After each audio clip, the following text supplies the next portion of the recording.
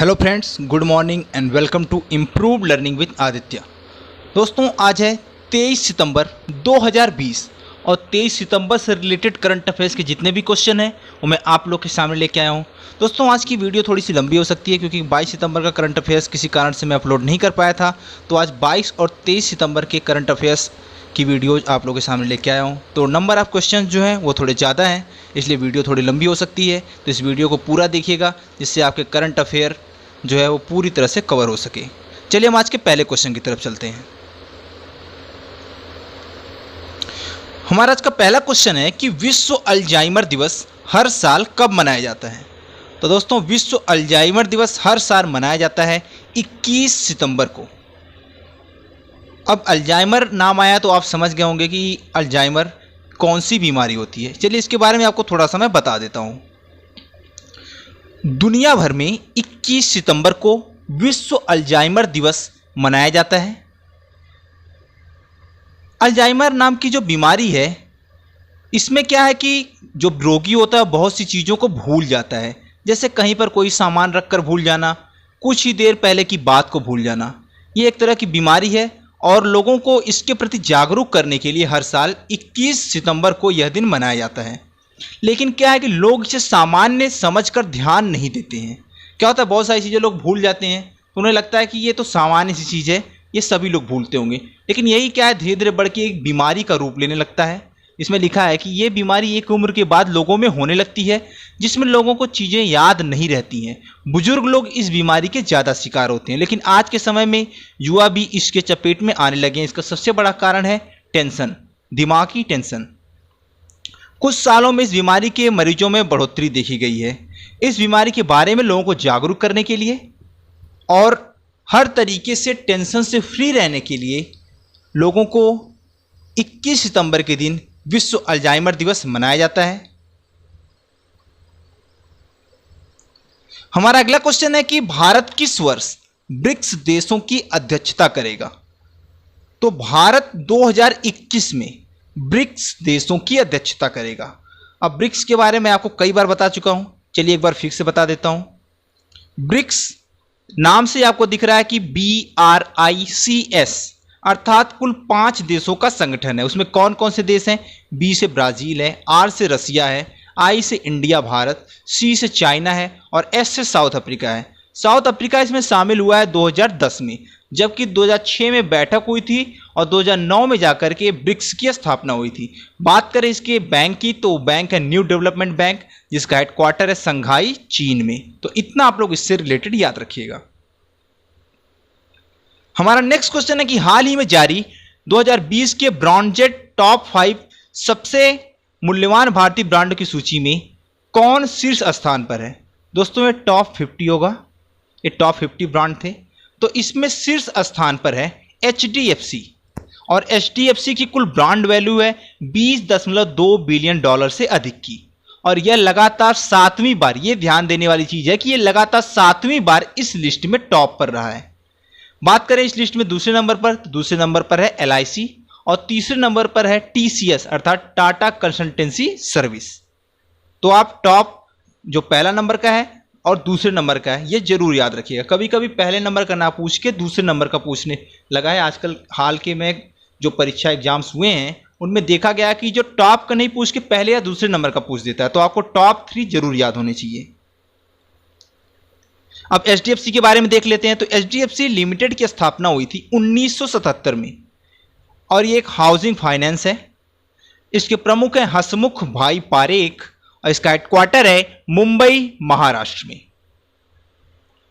अगला क्वेश्चन हमारा है कि हाल ही में किस राज्य में मुख्यमंत्री महिला उत्कर्ष योजना की शुरुआत हुई है। तो अभी हाल ही में गुजरात में मुख्यमंत्री महिला उत्कर्ष योजना की शुरुआत हुई है। अब ये योजना क्या है इसके बारे में आपको थोड़ा सा बता देता हूं।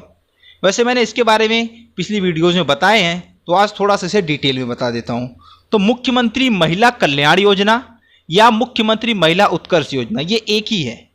इसके द्वारा गुजरात सरकार जो है 2021 योजना में सरकार महिलाओं के लिए ब्याज मुक्त ऋण प्रदान करेगी। मैंने आपको बताया था पिछले वीडियो में कि ये महिलाओं के लिए है। तो शहरी और ग्रामीण महिलाओं की महिला उत्कर्ष योजना पर 0% ब्याज दर पर 1 लाख रुपए तक का ऋण लिया जा सकता है। अर्थात वे 1 लाख रुपए तक का ऋण बिना किसी ब्याज दर के ले सकती हैं। सभी महिला स्वयं सहायता समूह मुख्यमंत्री महिला उत्कर्ष योजना ऑनलाइन आवेदन पंजीकरण फॉर्म भर करके इस ऑनलाइन आवेदन कर सकती हैं। अर्थात इसका आवेदन करने के लिए आपको ऑनलाइन रूप से इसका पंजीकरण करवाना होगा। अब यह योजना गुजरात के गवर्नमेंट द्वारा स्टार्ट की गई है। तो चलिए हम गुजरात के बारे में संक्षिप्त रूप में थोड़ा सा जान लेते हैं। तो गुजरात की कैपिटल है गांधीनगर, मुख्यमंत्री हैं विजय रूपाणी, राज्यपाल हैं आचार्य देवव्रत और अनेक महापुरुषों की जन्मस्थली के कारण इसे महापुरुषों की धरती भी कहते हैं। गुजरात का सबसे प्रसिद्ध नृत्य है गरबा और गुजरात राज्य की स्थापना हुई थी 1 मई 1960 को। नर्मदा नदी पर जो स्टैच्यू ऑफ यूनिटी बनी है वो विश्व की सबसे ऊंची प्रतिमा है, जिसकी आधार से कुल ऊंचाई है 240 मीटर और केवल प्रतिमा की ऊंचाई है 182 मीटर। केवल प्रतिमा की बात करें तो प्रतिमा ही विश्व की किसी भी दूसरी स्टैच्यू से बहुत ज़्यादा बड़ी है। हमारा अगला क्वेश्चन है कि हाल ही में एशियन डेवलपमेंट बैंक के गवर्नर बोर्ड की 53वीं वार्षिक बैठक में भारत की तरफ से किसने भाग लिया। तो अब इसमें आपको गवर्नर वर्ड आया होगा तो आप गलती कर सकते हैं, आप शक्तिकांत दास पे टिक लगा सकते हैं, लेकिन भारत की तरफ से इसमें भाग ली थी भारत की वित्त मंत्री निर्मला सीतारमण जी। अब हम एडीबी के बारे में थोड़ा सा देख लेते हैं। तो एडीबी का पूरा नाम है एशियन डेवलपमेंट बैंक, एशियाई विकास बैंक। इसकी स्थापना हुई थी 19 दिसंबर 1966 को। इसका हेडक्वार्टर है फिलीपींस मनीला में और इसके प्रमुख हैं मसानसुकु आसाकावा। कुल सदस्य देशों की बात करें तो 68 हैं और ये एक रीजनल ऑर्गेनाइजेशन है जिसका सिद्धांत है fighting poverty in Asia and the Pacific. अगला क्वेश्चन हमारा है कि हाल ही में किस देश ने अपनी रणनीतिक अंतरिक्ष बल अर्थात स्ट्रेटेजिक स्पेस फोर्स की पहली तैनाती अरब प्रायद्वीप पर करने का फैसला किया है। तो अभी किस देश ने ऐसा फैसला किया है। तो अभी संयुक्त राज्य अमेरिका ने अपनी स्ट्रेटेजिक स्पेस फोर्स की पहली तैनाती अरब प्रायद्वीप में करने का फैसला किया है। तो चलिए हम अमेरिका के बारे में थोड़ा सा देख लेते हैं। तो इसे यूनाइटेड स्टेट्स ऑफ अमेरिका भी कहते हैं, जिसकी कैपिटल है वाशिंगटन डीसी। राष्ट्रपति हैं डोनाल्ड ट्रंप और नवंबर 2020 में यहाँ पे आम चुनाव होने वाले हैं। यहाँ के उपराष्ट्रपति हैं माइक पेंस और यूनाइटेड किंगडम से इसे स्वतंत्रता मिली थी 4 जुलाई 1776 को। यहाँ की करेंसी है यूएस डॉलर और यहाँ की प्रमुख पार्टियाँ हैं डेमोक्रेटिक तथा रिपब्लिकन।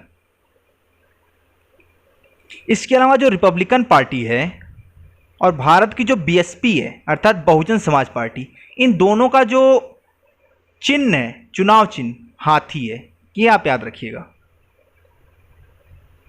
हमारा अगला क्वेश्चन है कि अभी हाल ही में अमेरिकी राष्ट्रपति डोनाल्ड ट्रंप द्वारा किन एप्लीकेशंस पर प्रतिबंध लगाया गया था जिसे वहां की न्यायपालिका ने, वहां के कोर्ट ने गैर कानूनी घोषित किया है।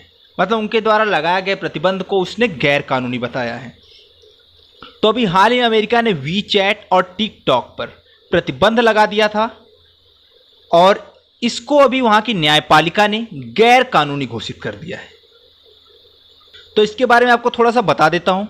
अमेरिकी राष्ट्रपति डोनाल्ड ट्रंप द्वारा हाल ही में 10 करोड़ अमेरिकियों के प्राइवेसी का हवाला देते हुए टिकटॉक और वीचैट पर प्रतिबंध लगाया गया था तथा इस प्रतिबंध पर उस समय मान्य रहना जब तक कोई, मतलब ये प्रतिबंध उस समय तक मान्य रहता जब तक कोई दूसरी टिकटॉक को अधिग्रहण न कर लेती, मतलब कोई दूसरी अमेरिकी कंपनी टिकटॉक का अधिग्रहण ना कर लेती, क्योंकि इस समय जो टिकटॉक का स्वामित्व वह बीजिंग स्थित बाइट डांस के पास है। तो अमेरिका ने इस शर्त पे प्रतिबंध लगाया था कि जब तक टिकटॉक का अधिग्रहण, टिकटॉक का अधिकार कोई अमेरिकी कंपनी नहीं खरीद लेती है तब तक टिकटॉक पर प्रतिबंध रहेगा। तो शुरुआत में टिकटॉक के साथ बातचीत में माइक्रोसॉफ्ट शामिल था, लेकिन अब ओरेकल और वॉलमार्ट इस संबंध में बाइट डांस के साथ बातचीत कर रहे हैं, अर्थात वे इसके अधिकार खरीदने के बारे में विचार विमर्श कर रहे हैं।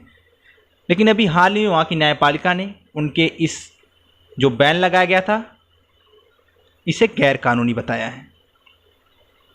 हमारा नेक्स्ट क्वेश्चन है कि हाल ही में भारतीय नौसेना की लड़ाकू हेलीकॉप्टर यूनिट में कितनी महिला अधिकारियों को शामिल किया गया है? और ऐसा एक पहली बार हुआ, अर्थात पहली बार ऐसा हुआ है कि भारतीय नौसेना की लड़ाकू हेलीकॉप्टर यूनिट में महिलाओं को शामिल किया गया है।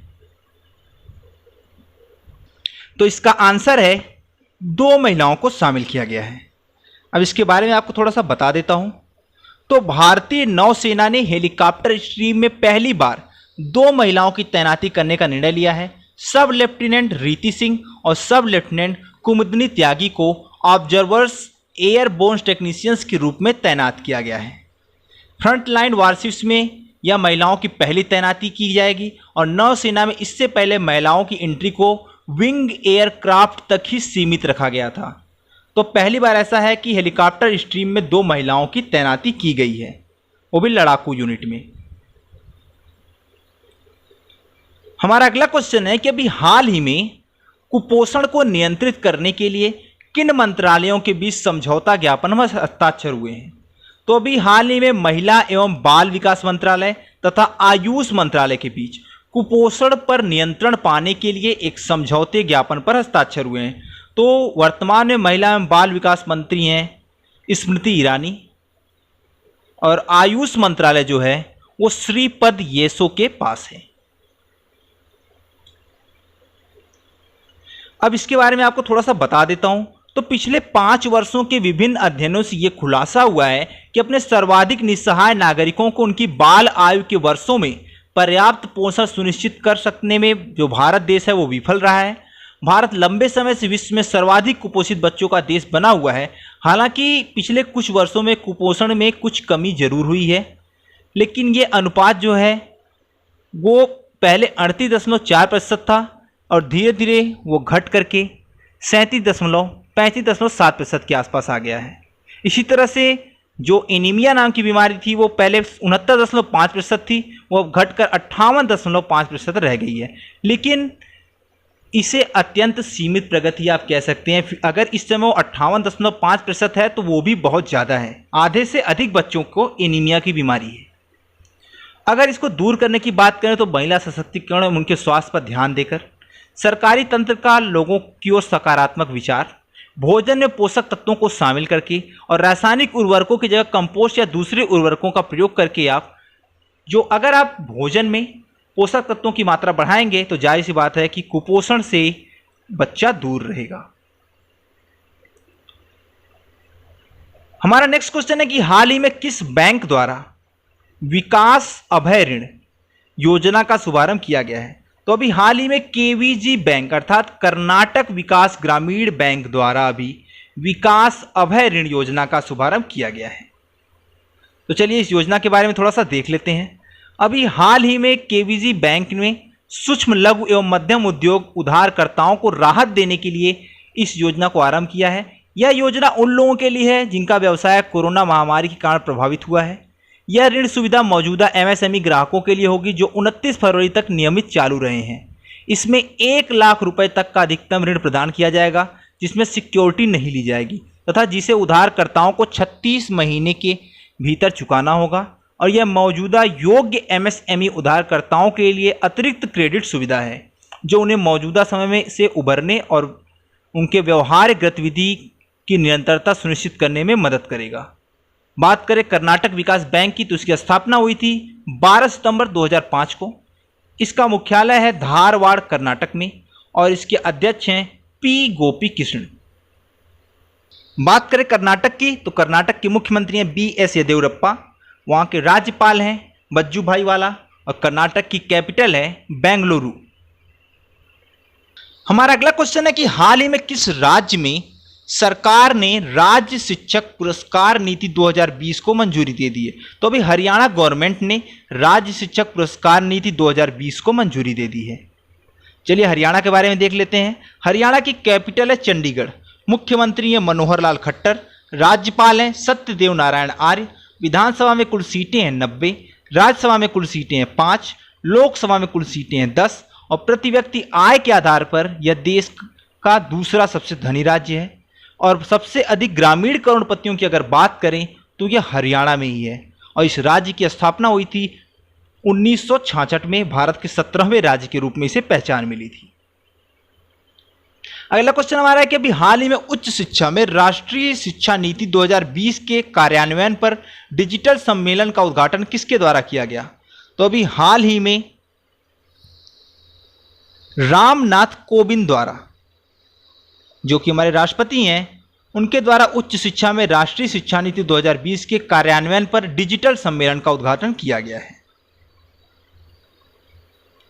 हमारा नेक्स्ट क्वेश्चन है कि हाल ही में किस प्रदेश को 50 नई एम्बुलेंस की खरीद के लिए NCL अर्थात नॉर्दर्न कोल फील्ड्स लिमिटेड ने 5 करोड़ रुपए की अनुदान राशि दी है? तो अभी उत्तर प्रदेश गवर्नमेंट को 50 नई एम्बुलेंस की खरीद के लिए नॉर्दर्न कोल फील्ड्स लिमिटेड ने 5 करोड़ रुपए की अनुदान राशि दी है। अब बात करें उत्तर प्रदेश की, तो इसकी कैपिटल है लखनऊ, मुख्यमंत्री हैं योगी आदित्यनाथ, राज्यपाल हैं आनंदीबेन पटेल। जनसंख्या की दृष्टि से बात करें तो उत्तर प्रदेश भारत का सबसे बड़ा राज्य है और उत्तर प्रदेश से सीमा बनाने वाले कुछ राज्य हैं बिहार, झारखंड, मध्य प्रदेश, छत्तीसगढ़, उत्तराखंड, हरियाणा, राजस्थान, हिमाचल प्रदेश और दिल्ली, जो कि एक केंद्र शासित प्रदेश है। कुल मिला के 9 जो है प्रदेश वो उत्तर प्रदेश के साथ सीमा बनाते हैं। सबसे प्रसिद्ध राष्ट्रीय उद्यान की बात करें तो वह दुधवा नेशनल पार्क, जो कि लखीमपुर खीरी जनपद में स्थित है। हमारा नेक्स्ट क्वेश्चन है कि हाल ही में किस राज्य के मुख्यमंत्री ने अपने यहाँ भारत की सबसे बड़ी फिल्म सिटी बनाने की घोषणा की है? तो पिक्चर देख के आप समझ गए होंगे कि उत्तर प्रदेश के मुख्यमंत्री ने यूपी के नोएडा में भारत की सबसे बड़ी फिल्म सिटी बनाने की घोषणा की है। अब इसके बारे में थोड़ा सा हम देख लेते हैं। तो उत्तर प्रदेश के dedicated infotainment zone film city बनाने की खातिर मुख्यमंत्री योगी आदित्यनाथ ने नोएडा के साथ ग्रेटर नोएडा में देश की सबसे बड़ी फिल्म सिटी बनाने की इच्छा जाहिर की और यमुना एक्सप्रेसवे पर भी इसके लिए जमीन देखी गई है। आगे के क्रम में बात करें तो इसमें इटावा की लायन सफारी को भी शामिल किया जा सकता है। मुख्यमंत्री योगी आदित्यनाथ ने कहा कि उत्तर प्रदेश भारतीय संस्कृति का एक केंद्र बिंदु है और प्राचीन पौराणिक कालखंड से लेकर अर्वाचीन काल तक आज़ादी की लड़ाई में भी प्रदेश का योगदान रहा है। 18 सितंबर की घोषणा के बाद से फिल्मी जगत की नामचीन हस्तियों ने सीएम योगी आदित्यनाथ को बधाई दी है और सीएम योगी आदित्यनाथ ने वीडियो कॉन्फ्रेंसिंग के जरिए जगत के नामचीन लोगों के साथ फिल्म सिटी पर राय ली और इसके साथ ही नोएडा में 1000 एकड़ की जमीन भी इसके लिए फाइनल कर दी गई है।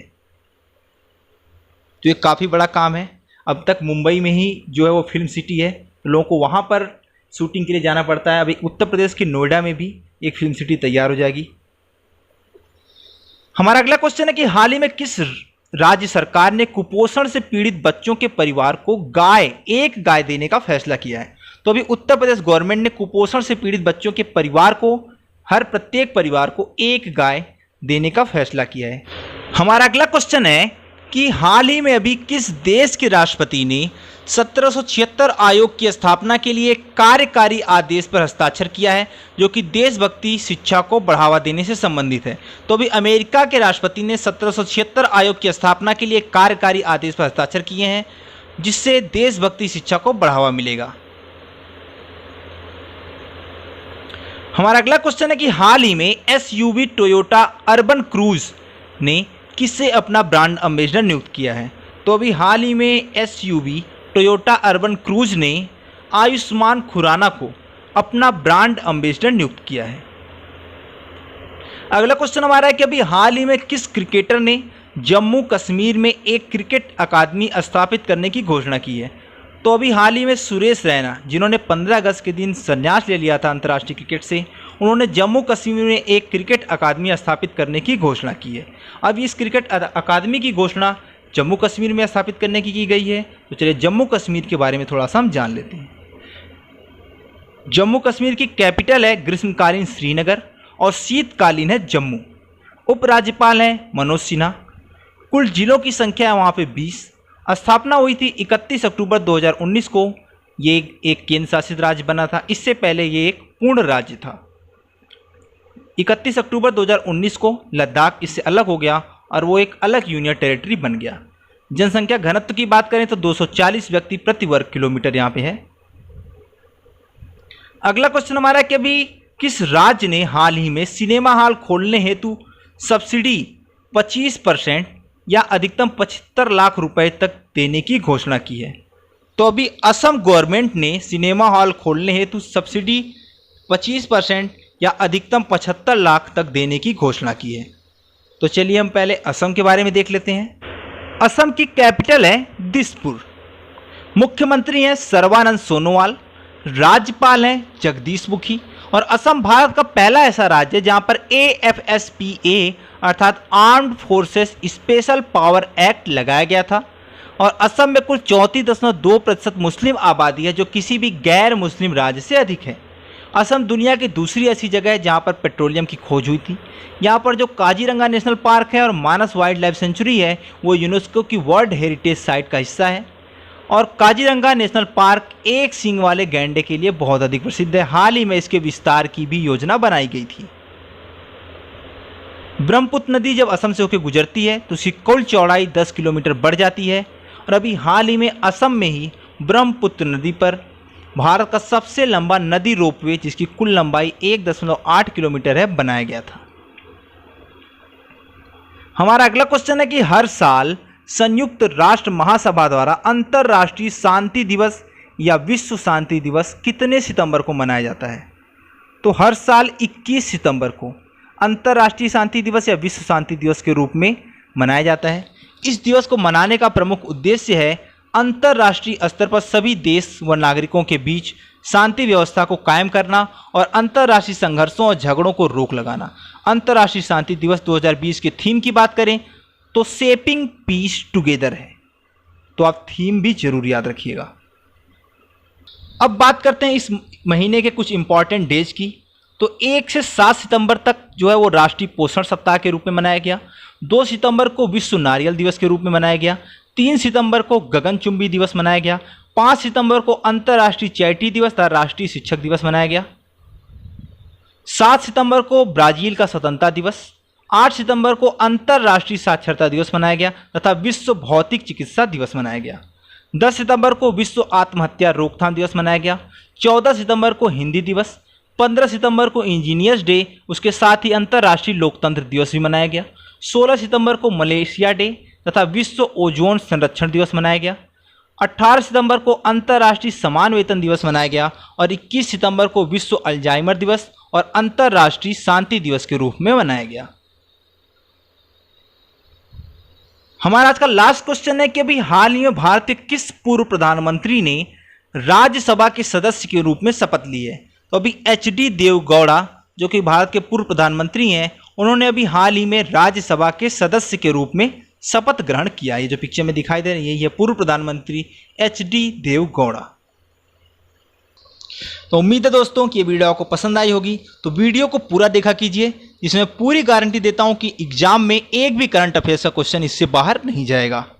तो अगर आप लोग इस चैनल पर नए हैं तो इसे सब्सक्राइब कीजिए, तथा वीडियो अच्छी लगे तो इसे ज़्यादा से ज़्यादा शेयर और लाइक कीजिएगा। धन्यवाद।